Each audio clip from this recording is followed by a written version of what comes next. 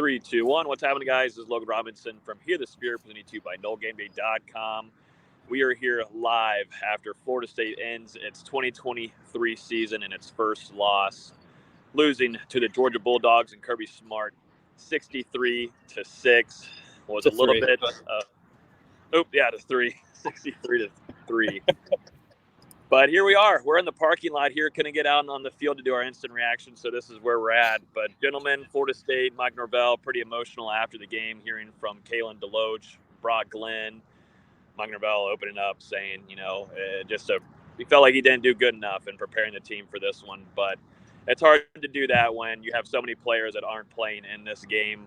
Tons of starters. I'm pretty sure we updated the fans even more once we got into the stadium during pregame warm-ups that Florida State would be thin in almost every area possible. But here we are, Florida State, still ACC champions, won 13 games in a row this season, but fall in a pretty brutal loss and scoring regards, 63-3. I have to say, we expected coming into this one, obviously, Florida State with all the guys missing on both sides of the ball. They were clearly outmatched coming into this contest. But I think it went worse than maybe any of us could have anticipated. We got some flack for predicting Florida State to lose this game on Wednesday night, and I think that we were all a little bit off on our score predictions as is. It was a shellacking from the Bulldogs, and it just seemed like once that second quarter got going, they could do nothing wrong right there. And Florida State really struggled on both sides of the ball to consistently create. And then, like you were saying, Logan, before the game, you find out you're going to be missing a couple more starters on the defensive side of the ball. And Braden Fisk, Joshua Farmer, and Tatum Bethune. During the game, a bunch of Seminoles were beaten up. Guys across the offensive line. Darius Washington exits after the first drive. Robert Scott comes in and gets hurt. Was replaced by Jalen Early for a little bit. But Robert Scott was eventually able to go back in the game in the second half. Fentrell Cypress exited the contest.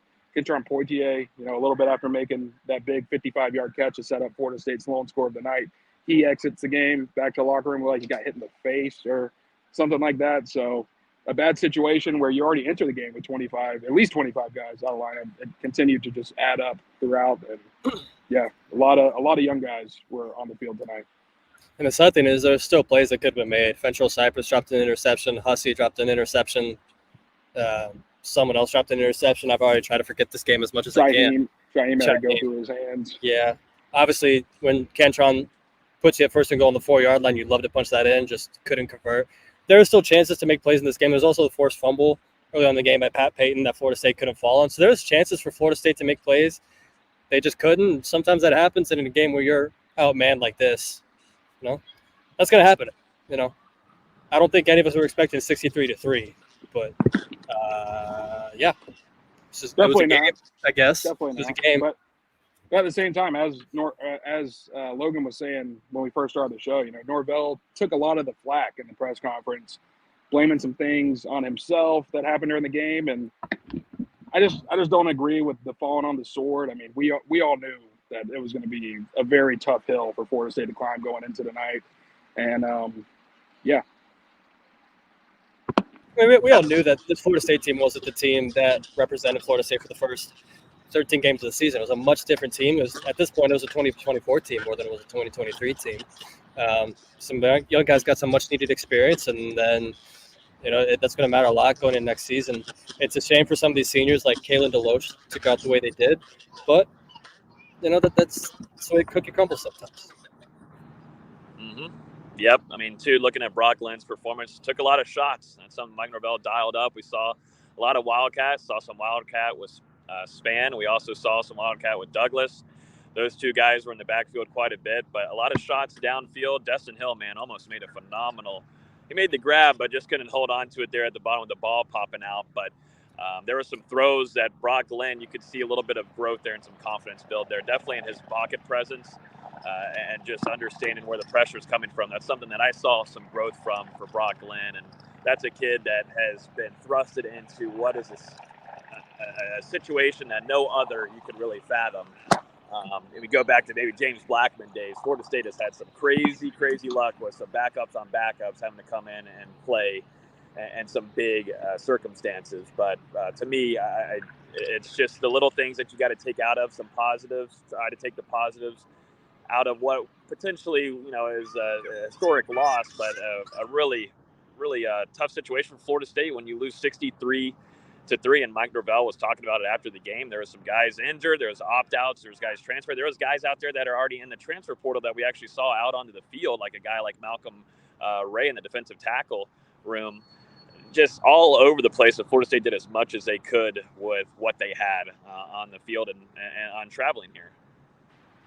Yeah, I thought Brock Glenn, by all means, it wasn't perfect and he had some up and down moments, but his progression tonight, a little bit of his silver lining coming out of this game. I think we can all remember that ACC championship against Louisville where Florida State ended up punting 9 times. It was ugly out there for the majority of the night. Brock Glenn just 8 out of 21 for, I believe, about 50 yards, and Florida State, as they did tonight, turned to the Wildcats some and had a bunch of success in the ACC championship. And that was the real way that they were able to defeat Louisville.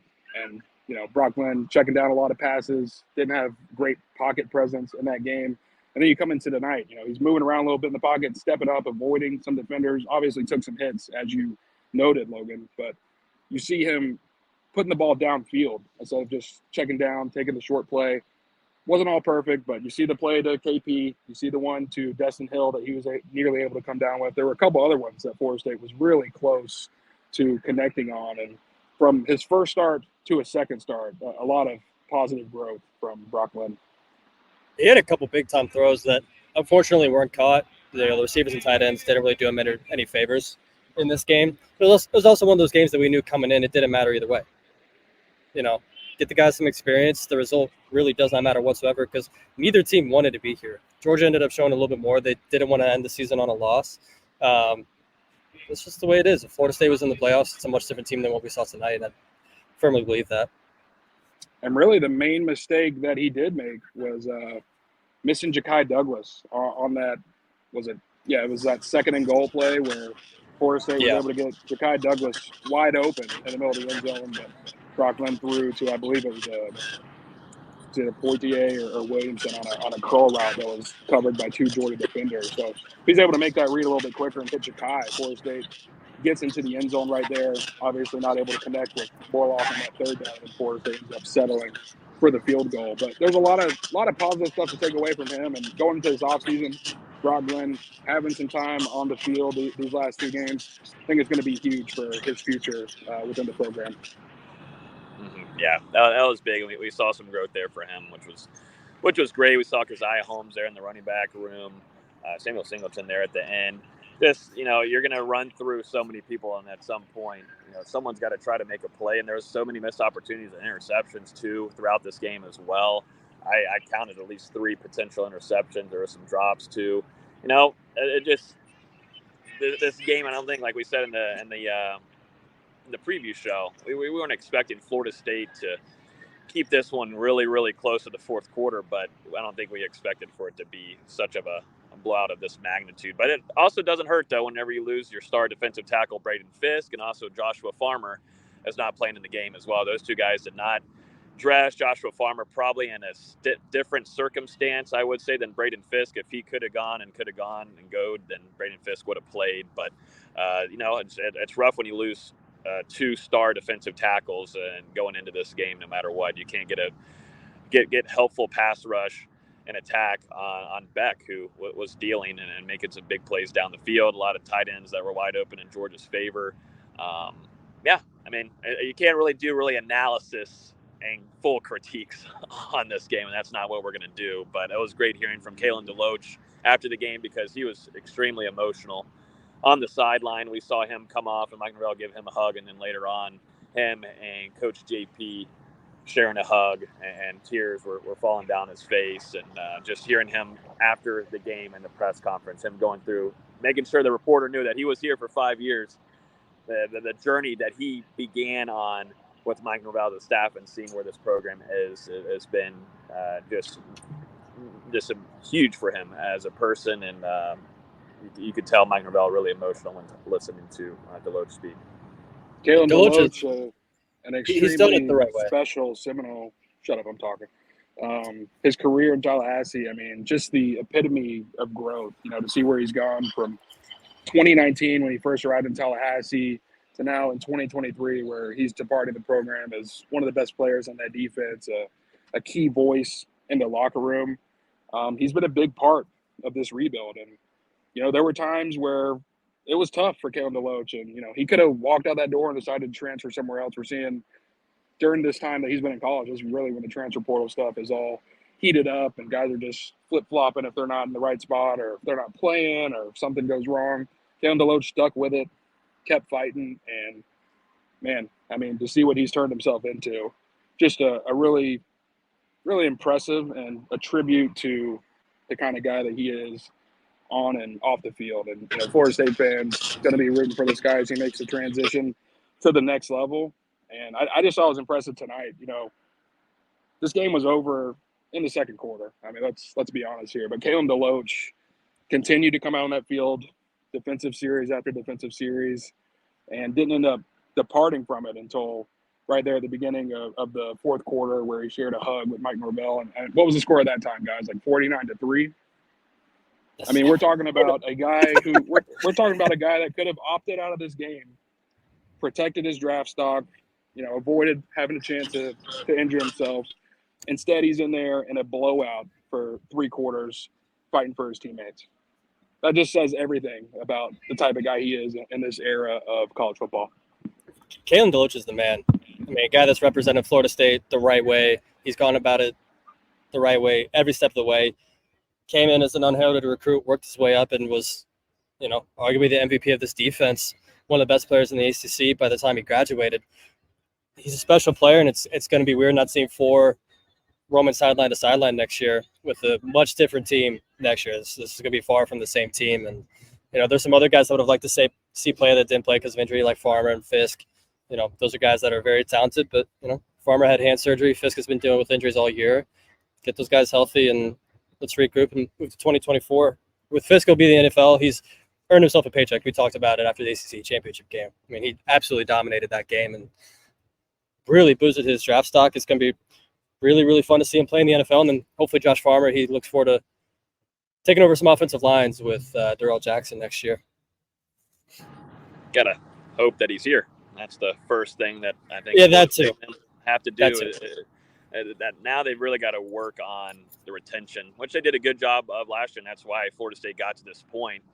And this was all to reach the playoffs, but that doesn't go in their favor. And you can tell Mike Norvell is pretty not happy about that after this game. And, Florida State's got to do a better job. They've got to do a job of recruiting guys like Kalen DeLoach. And they're rare. They're very rare to find. But I think Florida State can do good and get on the recruiting trail to find guys like that. And we'll see what ends up happening. But we probably just got a few more minutes here before the police kick us off of out of our parking lot here. But gentlemen, 13-1. Some just saying 13-0. They did what they needed to do. Last thoughts on this before we get kicked out of here at the Hard Rock Stadium. Last thoughts. For this game, it's hard. Like we've been saying, it's hard to take really anything away from it. And now Florida State going to go into a very important offseason here where, you're not sure if some guys that have been in this too deep or started are going to be back with the team for a variety of reasons, whether that's exploring NFL aspirations or potentially entering the transfer portal, looking for an opportunity somewhere else. As Logan noted, it's going to be important for Florida State, not only for player retention, but right now the transfer portal still open for business. And I think it's clear after tonight, Florida State needs some reinforcements on both sides of the ball. And I think we're getting to a point where Florida State's going to end up having to dive into that portal a little more than maybe we originally expected whenever the cycle opened at the beginning of the month. But there are some clear holes on this roster. You got that Tribe 24 class. They're going to be hitting the ground running. A lot of guys getting here in January to go ahead and start preparing for their college careers. But Florida State's still going to need some experienced talent to buff up this roster as they prepare for the 2024 season. Really, my only thoughts were it was such a special season. It was so much fun to watch these guys between Jordan Travis and Keon Coleman and Johnny Wilson and Jaheim Bell, Trey Benson, Jared Verse, Fisk, Kalen, Tatum Bethune, Bernardo Green, Jerry Jones, Akeem Dent. Just so many guys that really stepped up their play this season. It was so special to watch their journey at Florida State, and even guys like Keon that got here for 1 year, guys like Kalen that were developing all year. It was such a special season, and sadly didn't go the way really they expected when Selection Sunday hit. They didn't get their opportunity, and something, Norvell said it's been the toughest month of his coaching career. It's been one of the most difficult things he's had to deal with. It's been the most difficult thing for a lot of people at Florida State to deal with, and hopefully it just gives them a point to keep building on, and hopefully they'll be better out of 2024 and 2025. There's some really great players on this roster, and I trust Mike. Mike's going to keep getting Florida State back where they need to be. He's going to keep them relevant. He's going to keep them as a good football team. Whether it's in the ACC, whether it's in the Big Ten, whether it's independent, whether it's in the Sun Belt, Mike Norvell's going to do what Mike Norvell needs to do. And what just sucks is we'll never know. Never. I mean, it's the biggest what if. Norvell even said at the press conference, we'll never know if this team, if they would have made it to the college football playoff, if they would have gotten blown out, if they would have won a game, if they would have won it all. We'll never know. And it sucks. I mean, this is a big reason why we're going to remember this season, because of the college football playoffs now. But you're seeing a lot of national people and all kinds of people over social media just kind of piling on to Florida State for this game tonight and not recognizing that this roster's not nearly the same, and just a travesty to college football that team that went 13-0, won a conference title, didn't get a chance to compete for it all. Terrell Owens, you're one of them. There's going to be plenty of national analysts, reporters, whoever the hell, some big names say some silly things. But as Florida State fans know, and anybody with a couple brain cells know the situation that Florida State was in. It's tough. And like Mike Norvell said after the game, there was a few guys that even traveled with Florida State that were on the fringe of playing in this game. But he noted if they were in the college football playoffs, they'd have those extra days to hopefully be able to get a few guys that were just really close to getting out there and playing. So it's tough. It's going to be fun, though. We got a fun couple months ahead because we're going to look at a lot of these guys going into the pros, like a Kalen DeLoach. We're going to talk Jared Verse, a lot of handful, Trey Benson, Braden Fisk. It's going to be a fun postseason to cover whenever Florida State goes into the NFL Combine, and then we get ready to cover the NFL Draft. A big bunch of Noles are heading into the league. So looking forward to doing that. But yeah, I think that's going to wrap it up from here. I appreciate everybody following along this season. It was fun. Even coming down here for the week, it was fun to kind of reflect and see what happened and what a roller coaster of a ride it was. It was super fun. Hey, boys, stayed undefeated on the season this year. First time ever, silver lining. Yeah, with the predictions, stayed undefeated. So, hey, if you want to come back and tune to hear the Sphere next year, we're going to try to keep you straight and honest and try to give you some accurate score predictions. But it was a super fun team to cover. 2023 was fun, and I think 2024 has a chance to be who knows? Florida State's got to bring in a quarterback. They got to get an answer there right away, and I think you're starting on the right track for what they want to do moving forward. Either, like you said, BZ, if it's an ACC, independent, wherever the hell you are. But as we know, the ACC isn't respected enough, and didn't let Florida State get in that college football playoff and give them a chance to compete. But yeah, that's going to do it. Everybody have a great rest of y'all's evening. Safe travels back home. We'll be back here live next Wednesday at 7 p.m. Appreciate everybody listening. If you're on YouTube right now, hit the like button, subscribe. If you're on Facebook, share with your friends. Deeply appreciate everybody hanging out with us this year. Super awesome, and thankful for you guys. Everybody, have a great rest of y'all's evening. Peace.